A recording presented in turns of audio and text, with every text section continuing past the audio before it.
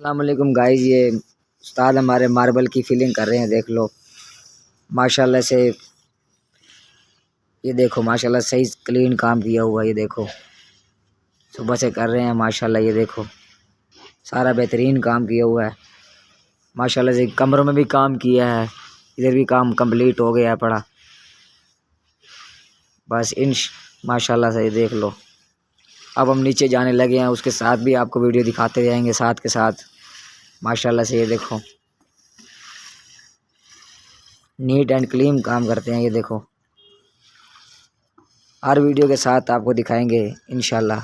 हमारे चैनल को subscribe like वगैरह फॉलो करते जाओ। ये देखो माशाल्लाह से बंगला है पड़ा ये।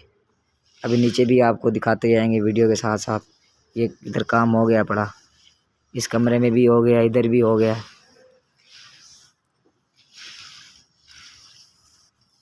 ये देखो